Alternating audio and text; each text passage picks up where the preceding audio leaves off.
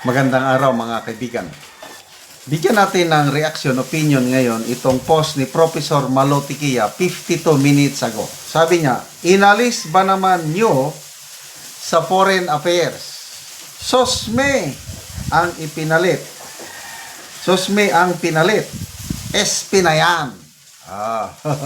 Medyo mahirap intindihin.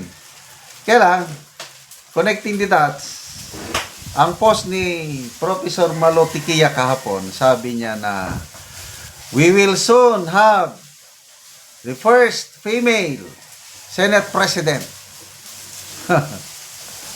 Kasi may ugong-ugong na magkakaroon ng kudita sa Senado. Dahil ang ibang senador sa majority bloc dismayado sa leadership ni Senator Soto. Opinion ko lang ito, bakit dismayado ang iba? Dahil sa mga prevailing issues ngayon, una yung investigation, Blue Ribbon Committee na parang wala namang direksyon na pupuntahan. Paikot-ikot lang. Pangalawang issue, yung Chinese Embassy na Sigalot. Grabe yan ngayon. Dahil gusto nilang ideklara na persona non grata ang Chinese Embassy officials. Pangatlo, yung impeachment. Yung grabing batikos, hindi matanggap-tanggap ni Senator Soto ang desisyon ng Supreme Court. At dahil sa kanyang kakasalita, parang nadadamay ang buong Senado. Opinion ko lang yun I don't know kung ano ba talaga ang issue ng ibang senador, bakit may ugong-ugong na kudita, mag-iiba, starting bukas daw, mag-iiba na ang majority bloc. Again, these are unconfirmed. Alam mo naman sa politika, may mga ganyang speculation. So, starting tomorrow, sa mga balibalita, ang maiwan na lang na kasamahan ni Senator Soto, 5 na lang sila. Soto, Lacson, Erwin Tolfo, sino pa? Kiko Pangilinan, and Risa Ontiveros. Sila ang magiging minority. All others, yung 19, tama, 19, ano na sila? Yun na yung bagong majority bloc. So kung may bagong majority bloc, may bagong Senate President. At sinasabi ni Professor Malotikia, female will soon have the first female Senate President. So that was yesterday. So ako, hindi ko alam sino kaya ang female. So, ang nakikita ko, I think 5 silang, 4 sila na babae sa supposed to be bagong majority. Camille Villar, hindi pwede yan dahil baguhan. So, 3 na lang maiwan ng mga veterano. Loren Legarda, Senator Aimee, and Senator Pia Cayetano. So, ang pili ko, number 1 pick ko na mag-Senate President, itong si Senator Pia Cayetano. Dahil abogado siya Pangalawang pick ko si Senator Aimee. Pangatlo si Senator Loren Legarda. Kung matutuloy. Hindi ko alam kung ano. Ito, komentary ko lang ito. Opinion ko lang dahil sa mga post ni Professor Malotikia. Ngayon, nag-post siya, inalis ba naman nyo sa foreign affairs? Ang chairperson ng Foreign Affairs Committee, si Senator Aimee, gusto nilang alisin.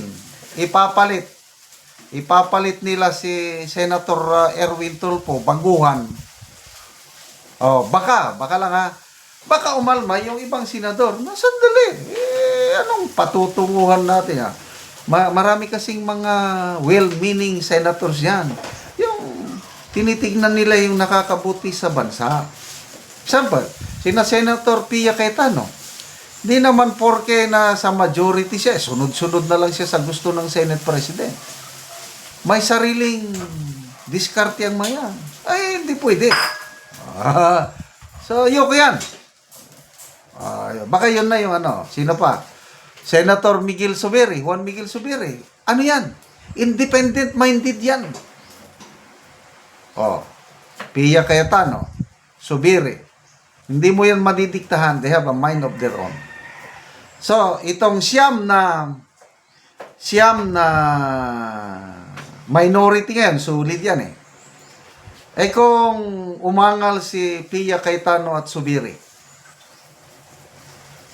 plus yung 2 bilyar, naghihintay lang yan eh. O kung 4 plus 9, 13, di majority na sila. Tapos na ang koto-koto. Kaya to me, mayroong may konting basihan, but not sure.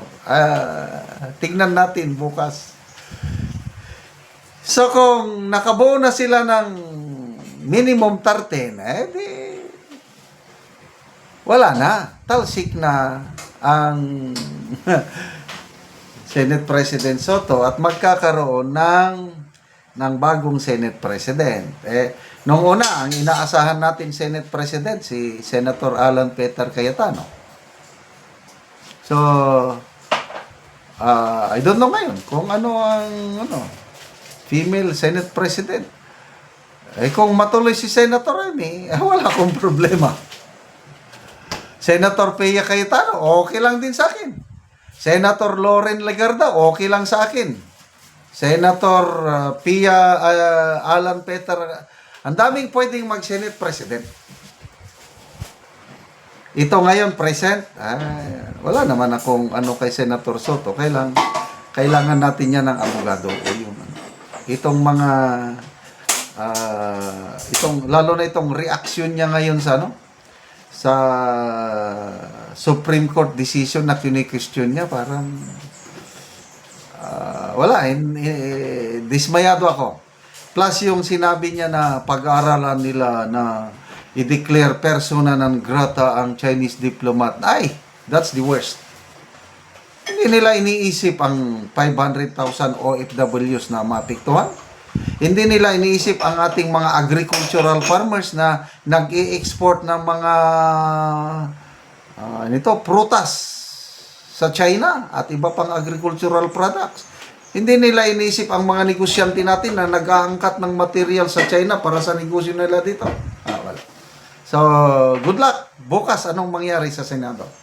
Salamat mga kaibigan sa inyong pagsubaybay sa ating channel. Nakakatulong kayo ng malaki sa tribong Talantig ng Bukidnon dahil ang income natin sa channel na ito is pantulong po sa tribo. Namimigay tayo ng libreng yero at papo para makapagpatayo sila ng mas maayos na tirahan. Panoorin nyo ang video na ito. Nani ang mataga no gyero. Ayo sir sa imong hinabang labaw sa tanan sa atong Ginoong So, mao ni ang balay ni Lolo. So, tuluan na kayo siya kay gipang butangan lang og each ka step. Kung muulan, so tuluan gyud siya. So, luoy gyud siya kung uulan kay gipang sapahan na lang og cellophane. Yan ang balay. Gipang each ka stepan pod.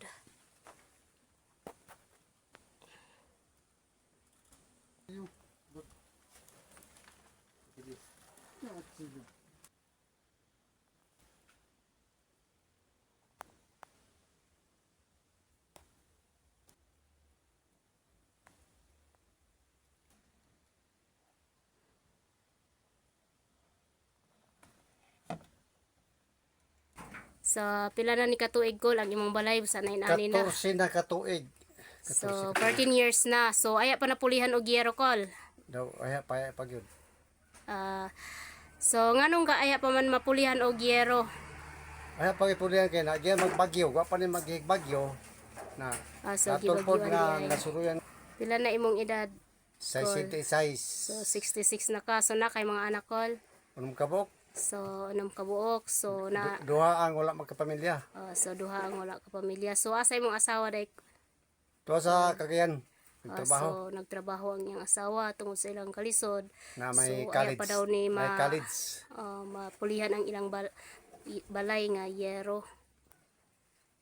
Kung kalisod ang akong asawa ayaw pagin makabalay og eksakto kung kay dagi tao kayang gitasag nga makatabang sa among mga problema. Sige call kay makatagaan naman ka call so mag-atop na ka. Makatok na ko. Makatop na ka. Kay Dili na kapanglupad na gid kaya ka hinangin. sige, salamat call.